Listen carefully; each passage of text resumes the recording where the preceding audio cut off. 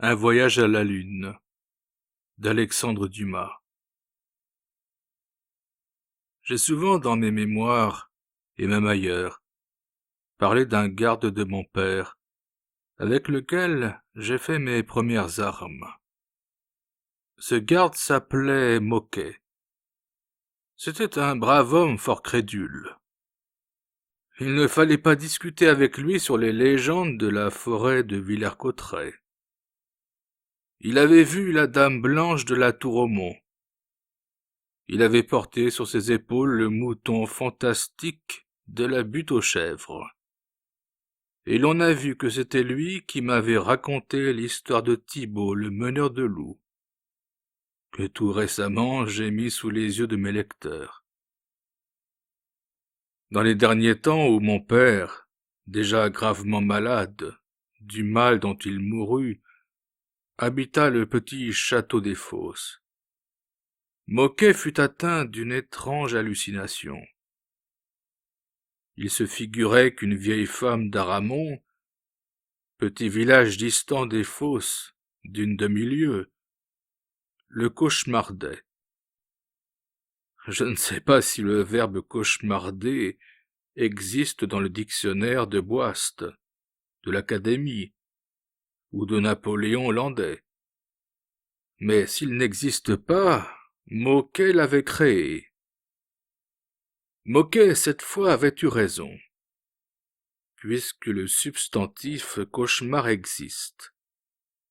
Pourquoi le verbe cauchemarder n'existerait-il pas?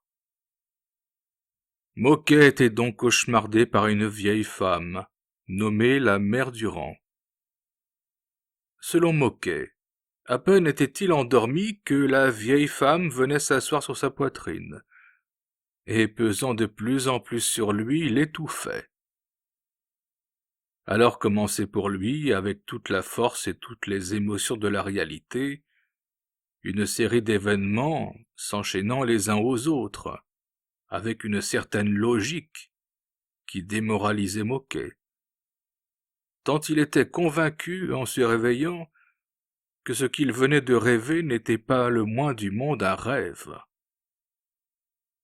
Sa conviction sous ce rapport était telle que je vis plus d'une fois les auditeurs ébranlés, et que moi enfant je ne doutais aucunement pour mon compte que Moquet ne vint effectivement des pays dont il disait venir.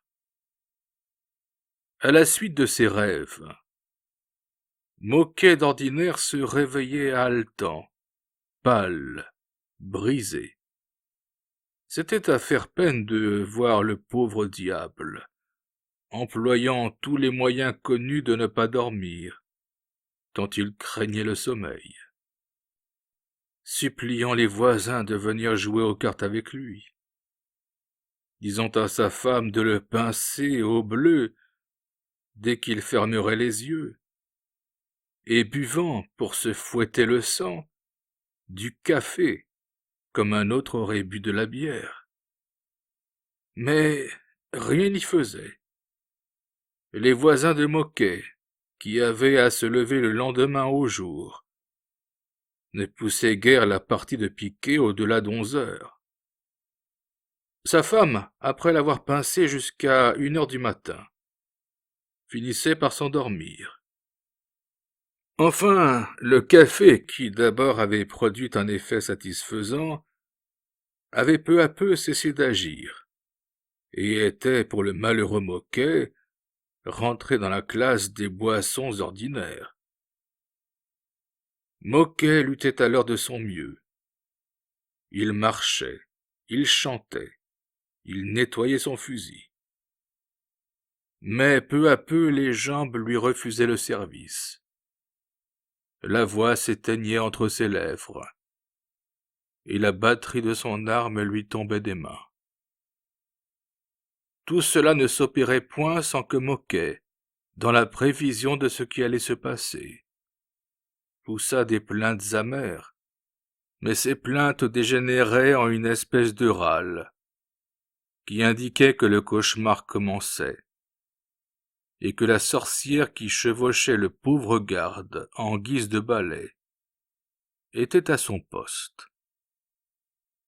C'était alors que le dormeur perdait toute idée du temps, de l'espace et de la durée, selon que son rêve avait plus ou moins traîné en longueur.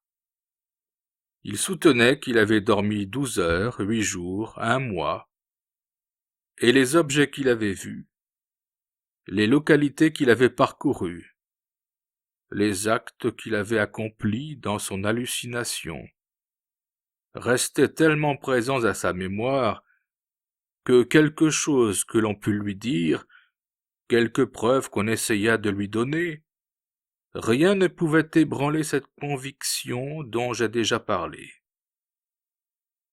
Un jour, il arriva si haletant, si pâle, si brisé, dans la chambre de mon père, que mon père vit bien qu'il devait lui être arrivé, non pas en réalité.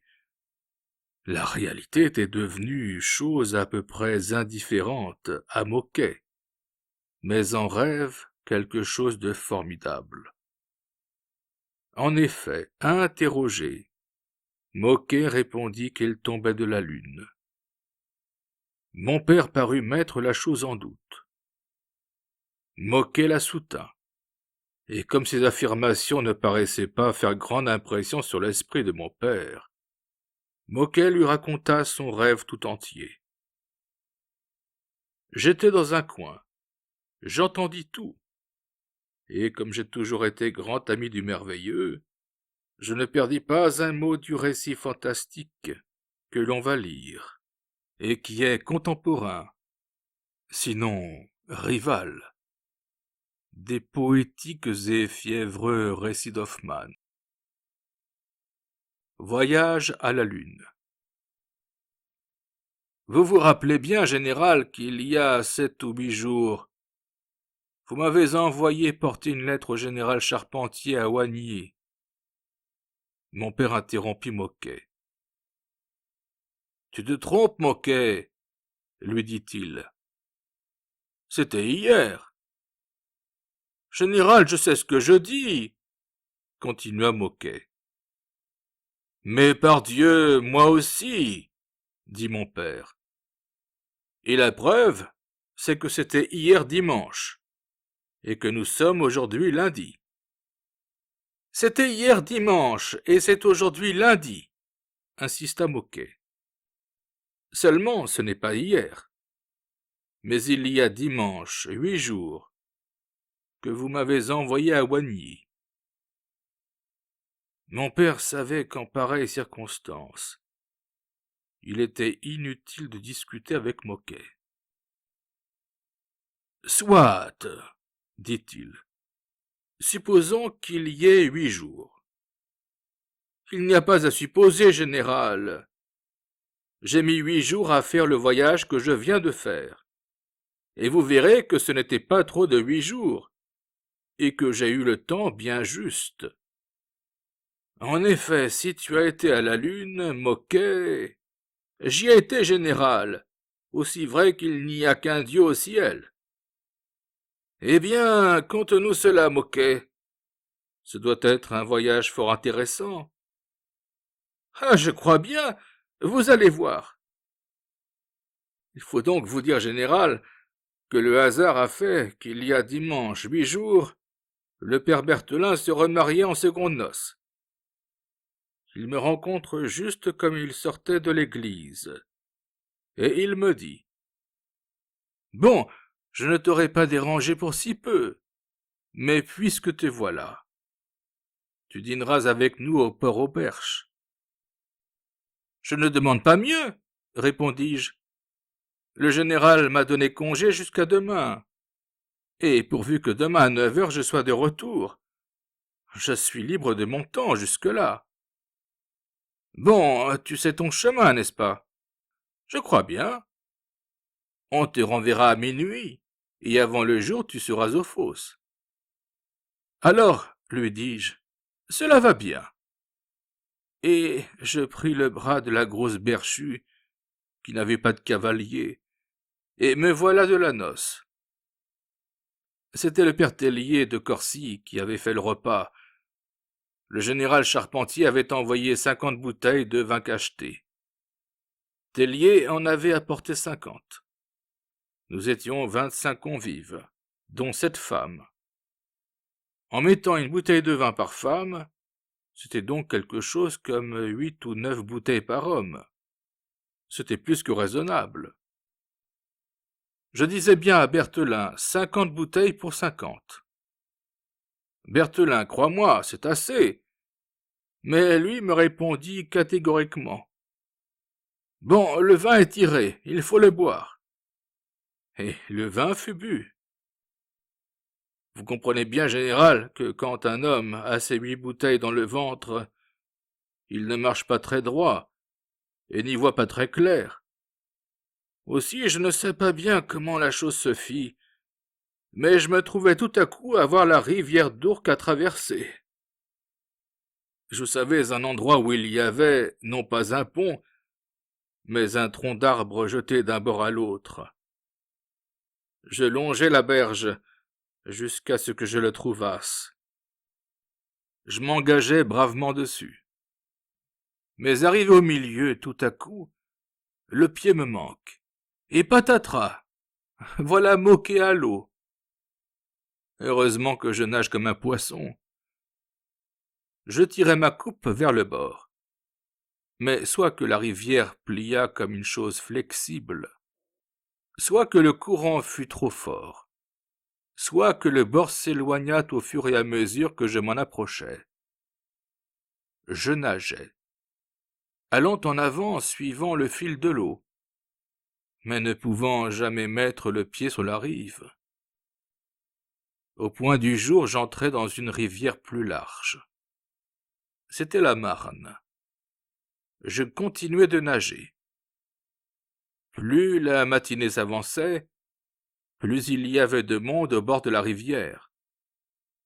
Tout ce monde me regardait passer, disant « Voilà un fier nageur, où va-t-il » Les autres répondaient « Probablement au Havre, ou en Angleterre, ou en Amérique. » Et moi je leur criais « Non, mes amis, je ne vais pas si loin.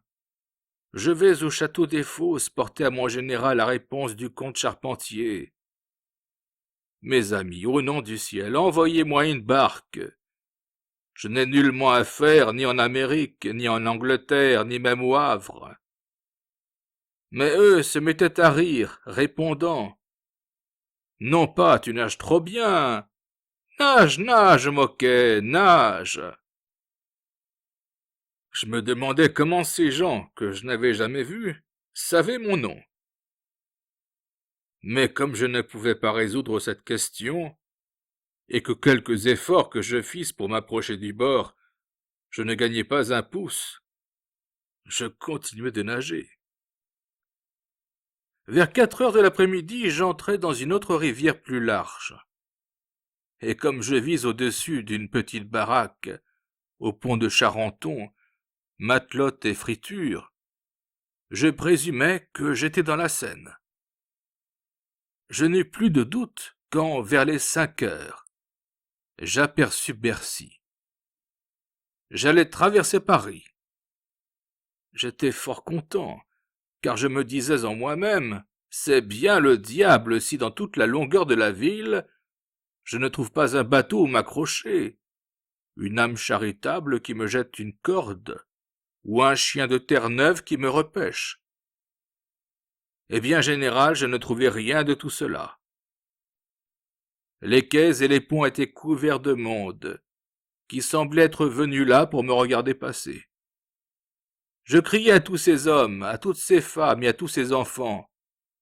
Mes amis, vous voyez bien que je finirai par me noyer si vous ne me secourez pas. À l'aide, à l'aide. Mais hommes, femmes et enfants se mettaient à rire et criaient « Ah bien oui, te noyer, tu n'as garde. Nage, moquet, nage !» Et j'en entendais d'autres qui disaient « S'il va toujours ce train-là, il sera demain soir au Havre, après-demain en Angleterre, et dans 2 mois en Amérique. » J'avais beau leur crier « Ce n'est pas tout cela. Je porte une réponse au général. Il attend la réponse. Arrêtez-moi donc! Arrêtez-moi donc! Il répondait. T'arrêter, Moquet! Ah, nous n'en avons pas le droit. Tu n'es pas un voleur. Nage, Moquet, nage! Et en effet, sans pouvoir m'arrêter au train de bois, aux piles des ponts, aux bateaux de blanchisseuses, je continuais de nager, passant successivement en revue. À droite, la place de l'hôtel de ville. À gauche, la conciergerie. À droite, le Louvre. À gauche, l'Académie. Puis le jardin des Tuileries. Puis les Champs-Élysées. Jusqu'à ce qu'enfin je laissai Paris derrière moi. La nuit vint. Je nageais toute la nuit.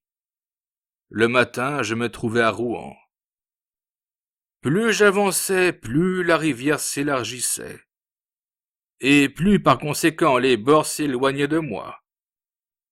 Et je me disais, et ils appellent cela la Seine inférieure. Ils sont bons enfants. À Rouen, j'excitais la même curiosité qu'à Charenton et à Paris. Mais comme à Charenton et à Paris, on m'invita à continuer de nager. En calculant, comme à Charenton et à Paris, le temps qu'il me faudrait. Si je marchais toujours de ce train-là, pour aller au Havre, en Angleterre ou en Amérique. À 3 heures de l'après-midi, j'aperçus une immense étendue d'eau devant moi, avec une grande ville à droite, bâtie en amphithéâtre, et une petite ville à gauche.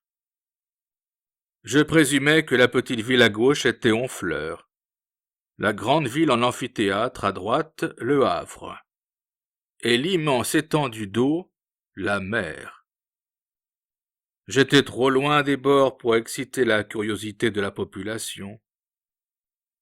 Je ne rencontrais que des pêcheurs sur leurs barques, qui s'interrompaient au milieu de leur pêche pour me regarder passer en disant « Ce sacré Moquet, voyez donc comme il nage, c'est pis qu'un canard !» Et moi je leur disais en grinçant les dents « Tas de canaille, va !» En attendant, c'était moi qui y allais, et d'un fiat train, je vous en réponds. Aussi je ne tardai pas à sentir au mouvement de la vague que j'étais en pleine mer. La nuit vint. J'aurais pu appuyer à droite ou à gauche. Mais comme rien ne m'attirait plus particulièrement à gauche qu'à droite, j'ai continué à nager droit devant moi. Vers le point du jour, j'aperçus devant moi quelque chose comme une ombre. Je fis un effort pour me dresser dans l'eau et voir par-dessus les vagues. J'y parvins, et il me sembla que c'était une île. Je redoublai d'efforts, et le jour venant de plus en plus, je m'aperçus que je ne m'étais pas trompé. 1 heure après, je mettais pied à terre. Il était temps, je commençais à me fatiguer. Mon premier soin en arrivant dans l'île fut de chercher quelqu'un à qui demander où j'étais. Vous comprenez bien, général, que je comptais profiter de la première occasion pour revenir en France. Je me disais, ma femme va être inquiète et le général furieux, d'autant que quand je leur raconterai ce qui m'est arrivé, ils ne voudront pas me croire. Et remarquez bien que je n'étais qu'au commencement de mes aventures. L'île me parut déserte. Par bonheur, j'avais si bien dîné au Port-au-Perche que je n'avais pas faim du tout. Seulement, j'avais soif. Mais cela ne m'inquiétait pas. J'ai toujours soif. Je trouvai une source et je bus. Puis je me mis en devoir de visiter l'île. Car enfin, si j'étais destiné comme Robinson à vivre dans une île, mieux valait connaître cette île plus tôt que plus tard. L'île était plate, et sans une seule colline. Je m'avançai à travers un marais 10 fois large, comme celui de Valves, Au fur et à mesure que j'avançais, j'enfonçais davantage dans la tourbe, et je sentais la terre trembler autour de moi. J'essayais d'aller à gauche, j'essayais de revenir sur mes pas. Partout la terre cédait, menaçant de m'engloutir. Je me décidai donc d'aller droit devant moi, pour tâcher d'atteindre une grosse pierre, que je voyais à 50 pas devant moi. J'y parvins. Ma foi, il était temps. Je sentais la terre s'enfoncer sous moi. Comme le jour où du côté de Poudron, je fus obligé de mettre mon fusil entre mes jambes. Seulement, je n'avais pas de fusil, de sorte que cette dernière ressource me manquait. Je montai sur le rocher, et je m'assis à son extrémité. Seulement à peine y fus-je installé, qu'il me sembla que mon poids ajouté à celui du rocher le faisait entrer petit à petit dans le marais. Je me penchai, et je n'eus bientôt plus de doute. Le rocher s'enfonçait d'un pouce à peu près par minute, et je pouvais calculer, à 6 pieds par heure, que dans 2 heures, si aucun moyen de salut ne se présentait, je serais englouti. Une ou deux fois, j'essayais de descendre et de gagner un endroit plus solide. Mais il faut croire que la terre s'amollissait de plus en plus. La première fois, j'entrai jusqu'aux genoux. La seconde, jusqu'à mi-cuisse, de sorte que je n'eus que le temps de me raccrocher à mon rocher et de remonter dessus. Mais mon rocher lui-même s'enfonçait toujours. Je compris que tout était fini pour moi. J'essayais de me rappeler une des prières que ma mère m'avait apprises lorsque j'étais tout petit, mais il y avait si longtemps de cela que j'avais tout oublié. J'étais assis, je laissais tomber ma tête sur mes genoux, en fermant les yeux. Mais je n'avais pas besoin de voir pour me rendre compte de la situation. Je sentais le rocher qui continuait de s'enfoncer d'un mouvement presque insensible, lorsque tout à coup une grande ombre effleura mon œil, même à travers mes paupières, et il me sembla que quelque chose passait entre le soleil et moi. Je rouvris vivement les yeux. Ce qui se passait entre le soleil et moi, c'était un aigle superbe, ayant plus de 10 pieds d'envergure. Il tourna quelque temps autour de ma tête. Je crus qu'il avait de mauvaises intentions, et je cherchais une arme quelconque pour me défendre lorsqu'au lieu de s'abattre sur moi, il s'abattit devant moi, replia ses ailes, lissa ses plumes, et me regardant d'un air goguenard, me dit « C'est donc toi, Moquet !» J'avoue que je fus on ne peut plus étonné d'entendre un aigle m'adresser la parole et me nommer par mon nom. Mais depuis quelque temps, il m'arrive des choses si extraordinaires que mes étonnements sont de courte durée. « Oui, monsieur, » lui répondis-je poliment, « c'est moi. »« Comment te portes-tu ?»« Mais assez bien pour le moment, et vous ?»« Moi, comme tu vois, je me porte à merveille. » Puis après un moment de silence, « Tu me parais inquiet, » me dit-il.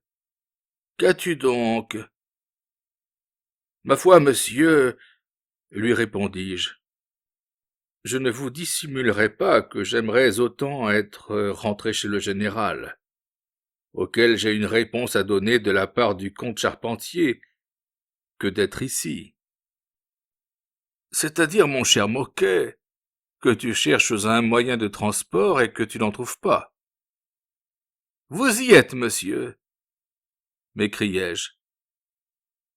Et je me mis à lui raconter comment vous m'aviez envoyé à Oigny, comment j'avais rencontré Berthelin, comment il m'avait invité à sa noce, comment je m'étais grisé, comment j'étais tombé dans l'Ourcq, comment de l'Ourcq j'avais passé dans la Marne, de la Marne dans la Seine, et de la Seine dans la mer, comment enfin j'avais débarqué dans l'île, où j'avais l'honneur de le rencontrer. Et cela juste au moment où la position devenait assez critique, pour me donner de graves inquiétudes. En effet, dit l'aigle, en jetant un coup d'œil sur mon rocher, qui s'enfonçait de plus en plus. Il n'y a guère de chance pour que tu te tires d'affaire, mon pauvre Moquet. Vous croyez? Lui demandai-je. Ah! Me dit-il. Tu es le 10 ou 12e que je vois mourir comme cela. Je laissai échapper un gémissement. Bon, dit-il, ne te désespère pas trop. Tu as la chance de tomber sur un des genres de morts les plus rapides et les moins douloureux, tandis qu'en continuant de vivre, tu étais exposé à des tas de maladies plus douloureuses les unes que les autres, au rhumatisme, à la goutte, aux névralgies, à la phtisie, à la paralysie. Je l'interrompis. Sauf votre respect, monsieur, lui dis-je, vous qui êtes si savant, ne connaîtriez-vous donc point un moyen pour moi de quitter cette île? Car si caressante que soit la mort que vous me promettez, j'aimerais encore mieux vivre, fût-ce 100 ans, en courant toutes les chances mauvaises de la vie, que de mourir dans 1 heure, si agréablement que ce soit. Tu as donc bien peur de la mort? Ce n'est pas pour moi, c'est pour ma famille. Et puis j'ai une réponse à rendre au général de la part du comte Charpentier. Eh bien, je vais être bon garçon. Quoiqu'il soit inconvenant de se griser comme tu l'as fait, et surtout le saint jour du dimanche. Monte sur mon dos. Comment? M'écriai-je. Que je monte sur votre dos? Oui, et tiens-toi bien de peur de tomber. Vous voulez plaisanter? Foi d'aigle, dit l'oiseau, en posant sa patte droite sur sa poitrine. Je parle sérieusement. Ainsi accepte mon offre, ou prépare-toi à mourir étouffé dans la boue comme un crapaud. Aussi bien, voilà ton piédestal qui s'enfonce. Et je ne donne pas un quart d'heure sans que ce soit le tour de la statue. En effet, il n'y avait plus du rocher hors de la boue que la partie sur laquelle portaient mes 2 pieds. Et encore la tourbe liquide commençait-elle à mouiller la semelle de mes souliers. Je regardai autour de moi et compris qu'il n'y avait pas d'autre moyen de salut que d'accepter la proposition que me faisait l'aigle. En conséquence, prenant mon parti, « Je vous remercie du service que vous m'offrez, monsieur, » lui dis-je, « et l'accepte de grand cœur. Seulement je crains d'être un peu lourd. » Bon, dit l'aigle, ne crains pas cela, je suis fort. Il s'approcha de moi, releva ses ailes de manière à ce que je pusse me mettre à califourchon sur son dos, sans en gêner les mouvements. Je l'empoignai par le cou, et il s'éleva rapidement dans l'air. D'abord je le serrai un peu fort, car je craignais de tomber. Mais au mouvement qu'il fit, je compris que je gênais sa respiration, et j'ouvris un peu la main. « C'est bien, dit-il. Maintenant cela va aller tout seul. »« Pardon, lui dis-je le plus poliment que je pus, attendu que je me voyais à son entière discrétion. S'il plaît à votre seigneurie, et sauf le respect que je dois à son jugement supérieur, il me semble que nous ne prenons pas le chemin de la maison. Tout à l'heure, dit l'aigle. J'ai pour le moment affaire dans la lune, et nous allons d'abord y passer. Vous comprenez ma stupéfaction.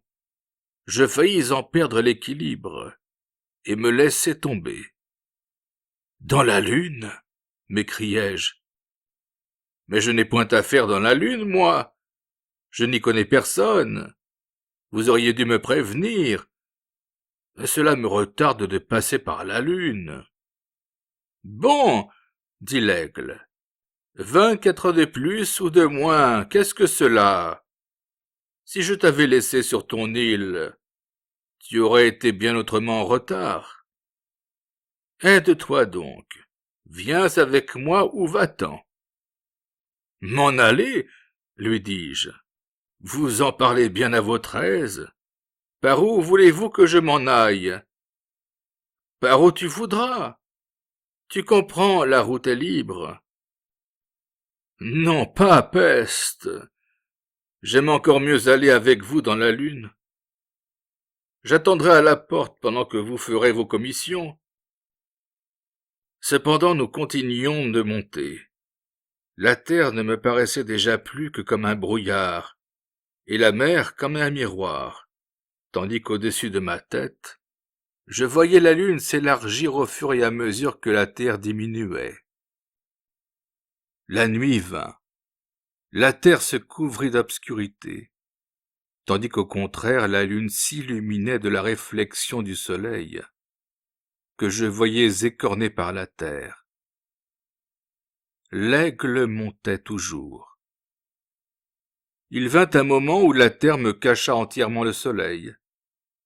Alors je me trouvais dans l'obscurité la plus complète. J'avais perdu la lune entièrement de vue. L'aigle montait toujours. Peu à peu la terre démasqua le soleil et le jour revint. Le soir, je n'étais plus qu'à 2 ou 3 lieues de la lune. Elle m'apparaissait comme une grosse boule jaunâtre, de la forme d'un fromage de Hollande. Elle avait un gros bâton fiché dans le côté, comme la queue d'une poêle. Je présumais que c'était par là que la prenait le bon Dieu, quand il avait affaire à elle. « Mon cher Moquet, » me dit l'aigle, « nous voilà arrivés. Mets-toi à cheval sur ce bâton et attends-moi. » Il ne s'agissait pas de discuter, vous comprenez bien. Je fis ce que désirait l'aigle, et me cramponnai de mon mieux à cette espèce de manche à balai. Il me sembla qu'il branlait dans la lune. De plus, le poids de mon corps le fit incliner, de sorte que je me trouvais comme sur un cheval qui se cabre. « Le diable t'emporte, aigle maudit !» murmurai-je en patois picard, pour qu'il ne m'entendît pas. Mais lui éclata de rire et me dit « Ha ha, bonsoir Moquet. Si tu te trouves bien là, reste-y mon garçon. » Comment que j'y reste? Sans doute. D'abord je ne m'y trouve pas bien. Tant pis, mais ce n'est pas moi qui te porterai ailleurs. C'était donc une farce, m'écriai-je. Eh bien, elle est jolie, votre farce. Non, Moquet, ce n'est point une farce, c'est une vengeance. Une vengeance? Et pourquoi vous vengez-vous de moi? Je ne vous ai rien fait. Comment tu ne m'as rien fait? Tu as l'année dernière déniché mes petits sur la plus haute tour du château de Vèze. Allons donc. J'ai déniché 2 émouchets. Vous n'êtes pas un émouchet, vous. Oui, fais l'innocent, va. Monsieur l'aigle, je vous jure. Au revoir, Moquet. Monsieur l'aigle, porte-toi bien. Au nom du ciel, bien du plaisir. Et battant des ailes, il s'envola en riant. Je ne riais pas, moi, vous comprenez bien. Le bâton s'inclinait de plus en plus. Si j'avais pu accrocher un coin de la lune, je me serais au moins assis dessus, et j'eusse été plus à mon aise. Mais je tenais le bâton à deux mains.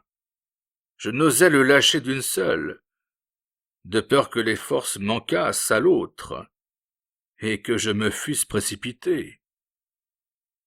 En ce moment-là, justement, la porte de la lune s'ouvrit, criant sur ses gonds comme une porte, qui depuis plus de 3 mois n'a pas été graissée, et l'homme de la lune parut. Quel homme? Demandai-je de mon coin. Dame, répondit Moquet. Probablement celui qui la garde. Il y a donc un homme dans la lune? Oh, cela je puis le certifier. Je l'ai vu comme je vous vois, et de plus il m'a parlé. Que t'a-t-il dit? Il m'a dit, que fais-tu là, fainéant? Comment fainéant? Lui dis-je. Eh bien, je vous réponds qu'il y a peu d'êtres de notre espèce qui font une besogne pareille à celle que je fais en ce moment. Et à quel propos fais-tu cette besogne-là? Oh, je n'en ai pas eu le choix, lui dis-je. Et je lui racontai comment vous m'aviez envoyé chez le comte Charpentier, comment j'avais trouvé Berthelin, comment il m'avait invité à sa noce, comment je m'étais grisé, comment j'étais tombé dans l'Ourcq, comment de l'Ourcq j'étais passé dans la Marne, de la Marne dans la Seine, et de la Seine dans la mer. Puis vint l'histoire de l'île, du rocher de l'Aigle. Puis je lui racontai comment ce misérable oiseau m'avait abandonné sur mon bâton, comme un perroquet sur son perchoir, en me souhaitant bien du plaisir, souhait qui était loin de se réaliser. Enfin, je le suppliai de me tendre la main et de m'aider à monter sur la lune. Mais lui, commençant par tirer sa tabatière de sa poche, l'ouvrir, y fourrer les doigts, y puiser une prise de tabac, et la renifler, secoua la tête. « Comment vous secouez la tête ?» m'écriai-je. « Oui, Moquet, je la secoue, » répondit le priseur. « Qu'est-ce que cela veut dire? » Cela veut dire que tu ne peux pas rester ici. Comment? Je ne peux pas rester ici? Non, tu vois bien que tu fais pencher la lune. Certainement que je le vois bien. Alors tu comprends. Si la lune penche encore d'1 degré ou 2, tu vas renverser mon eau qui est là dans le creux d'un rocher. Et comme il ne pleut ici que tous les 3 mois, qu'il a plu avant-hier, je serai mort de soif avant les prochaines pluies. Mais aussi, m'écriai-je, je ne compte pas rester ici. Vous comprenez bien. Je profiterai de la première occasion qui se présentera pour la terre. Il n'y a jamais d'occasion pour la terre, me répondit l'homme. Il n'y a jamais d'occasion? Jamais. Comment ferai-je alors? Tu lâcheras le bâton. Et comme la terre est juste au-dessous de la lune en ce moment, dans 2 ou 3 heures tu seras arrivé. Mais je me briserai comme verre. Allons donc. Quoi, allons donc? Jamais, jamais quoi? Jamais je ne lâcherai mon bâton. Ah, tu ne le lâcheras pas. Non, je ne le lâcherai pas. Eh bien, c'est ce que nous allons voir. L'homme de la lune, qui avait gardé sa tabatière dans sa main, la remit dans sa poche, rentra dans sa maison, et en sortit 5 minutes après avec une hache. À cette vue, je devinai son intention et je frémis de tout mon corps.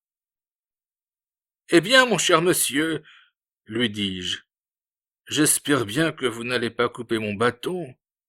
Mais c'est tout simplement un meurtre, un assassinat. Ah, vieux drôle! Ah, vieux coquin! Ah, vieux... Un craquement terrible me coupa la voix.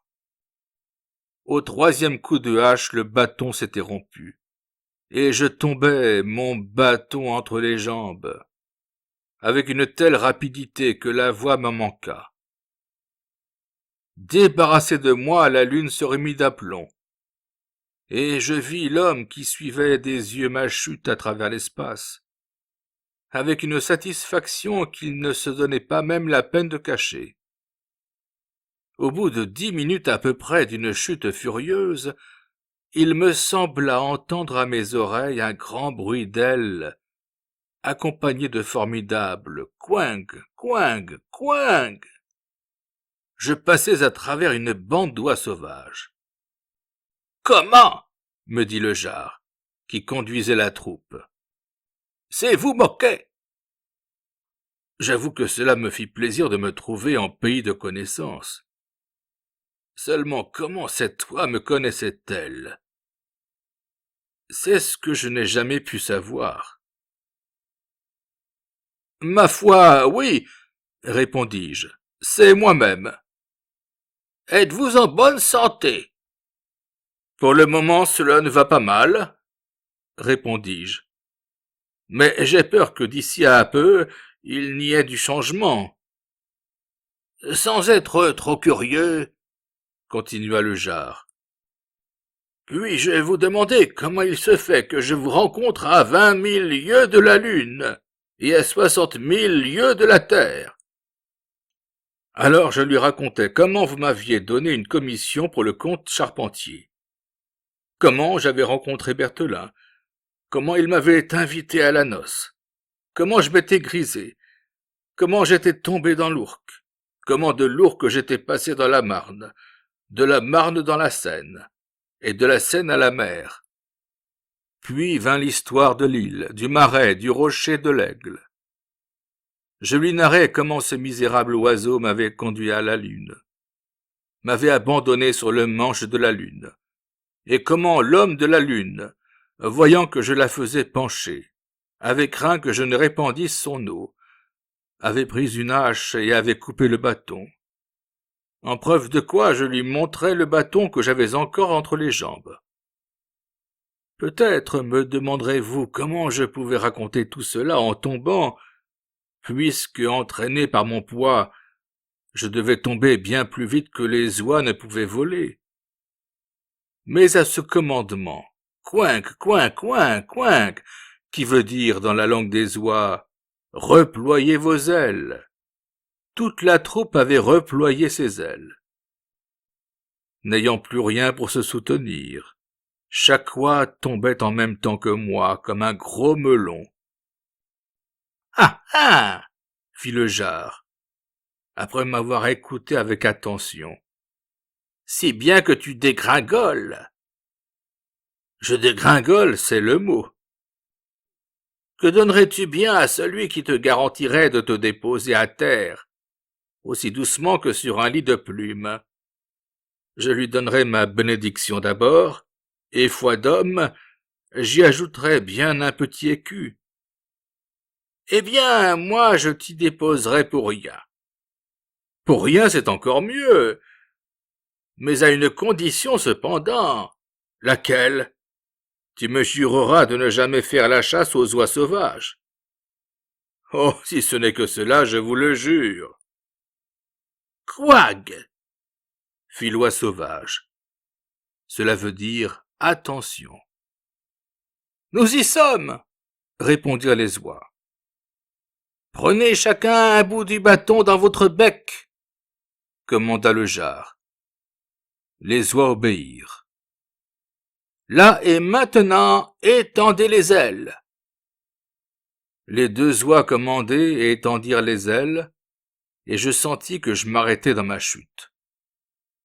Ah, sapristi! M'écriai-je. C'était la respiration qui me revenait. je fis une évolution sur mon bâton, et je me trouvai assis de côté, comme une femme sur une bourrique. Je tenais le bâton des deux mains, et comme de regarder en bas me donnait le vertige, le jar ordonna au reste de la bande de voler au-dessous de moi, et de me faire avec son corps une espèce de tapis de pied. Pendant toute cette conversation et toute cette opération, nous étions insensiblement descendus, et la terre non seulement s'était refaite visible, mais m'apparaissait dans tous ses détails. Nous remontions vers le midi, ce qui était mon chemin direct, et je revoyais successivement Le Havre, Rouen, Paris. Arrivé à Paris, je criai à mon jar, qui nous servait de guide. « Un peu à gauche, l'ami, un peu à gauche !» Il répéta dans sa langue, « un peu à gauche », et nous obliquâmes. J'avoue que je revis avec une grande joie Dammartin, Nanteuil, Crépy. « Un peu à droite, dis-je, arrivé à cette dernière ville. » Et le jar prit un peu à droite. Tout à coup, je m'aperçus que la bande, au lieu de s'abaisser, s'élevait. « Mais c'est ici, m'écriai-je. Mon ami jar, c'est ici. Descendez-moi donc. Voilà Walv à ma droite. Voilà Aramon à ma gauche. Voilà les fosses, juste au-dessous de moi. Descendez-moi donc. Descendez-moi donc. » Mais lui criait « Plus haut! Plus haut !» Et sans m'écouter, la troupe lui obéissait. J'allongeai la main pour l'attraper. J'avais une envie terrible de lui tordre le cou. Il m'échappa, mais comprit parfaitement mon intention. « Ah, voilà comme tu es reconnaissant, moquet !» me dit-il. J'étais exaspéré.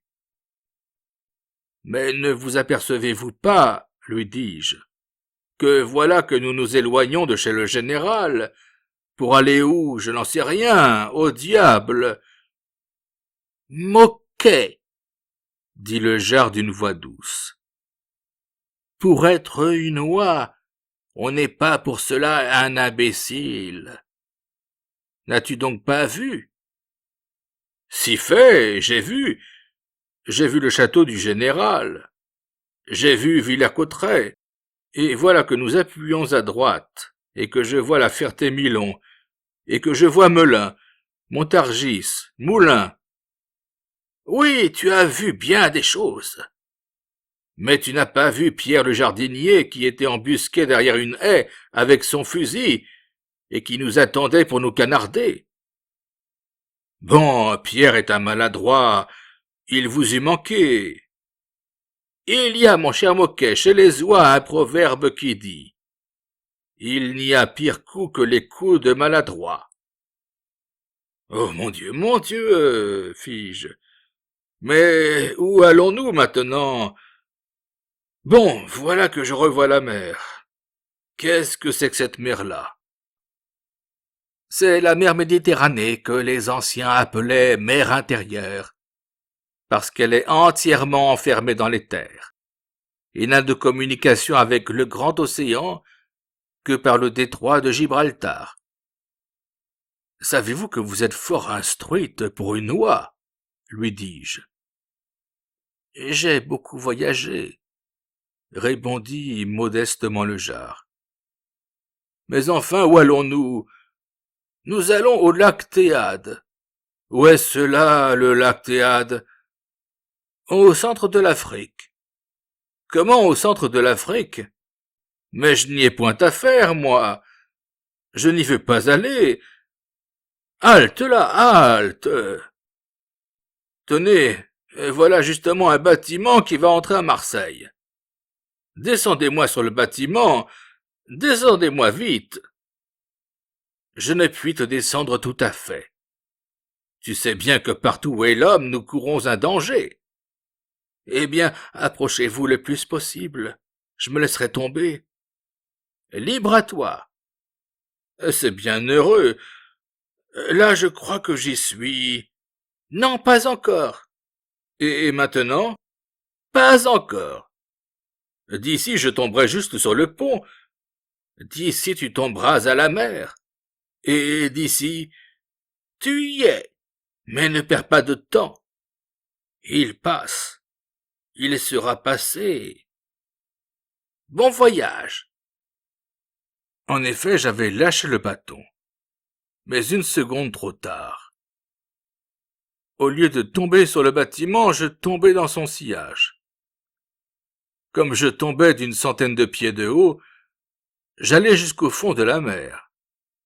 Heureusement, j'avais fait provision d'air. Je retins ma respiration, et je revins à la surface. On m'avait vu tomber du bâtiment, et une barque m'attendait avec 4 rameurs et un contremaître. Oh, général, je ne saurais vous dire ma satisfaction quand je sentis une main d'homme au lieu d'une patte d'oie, et quand je me vis porter sur un bâtiment au lieu de voyager à cheval sur le dos d'un aigle, ou assis sur un bâton porté par des oies. 2 heures après, nous étions à Marseille. Je courus à la malle-poste. Par chance, il restait une place avec le conducteur. Je la retins, et me voilà. Maintenant, général, pardon du retard, mais vous conviendrez qu'il ne fallait pas moins de 8 jours pour aller du port du Perche au Havre, du Havre à l'île du Marais, de l'île du Marais à la Lune, de la Lune à la Méditerranée, de la Méditerranée à Marseille, et de Marseille ici. Voici la réponse du comte Charpentier, général.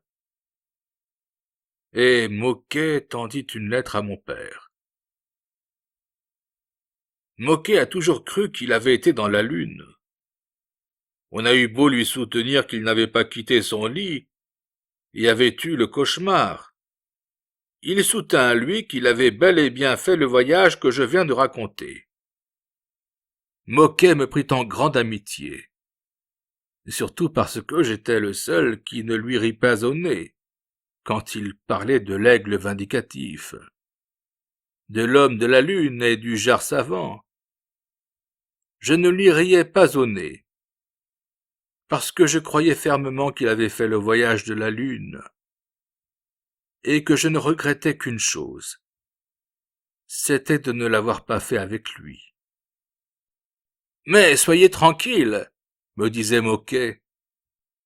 Si j'y retourne, je vous prendrai avec moi et nous irons ensemble. Moquet est mort sans y retourner. Maintenant, y a-t-il quelqu'un qui cherche un compagnon de voyage pour aller dans la Lune? Me voilà.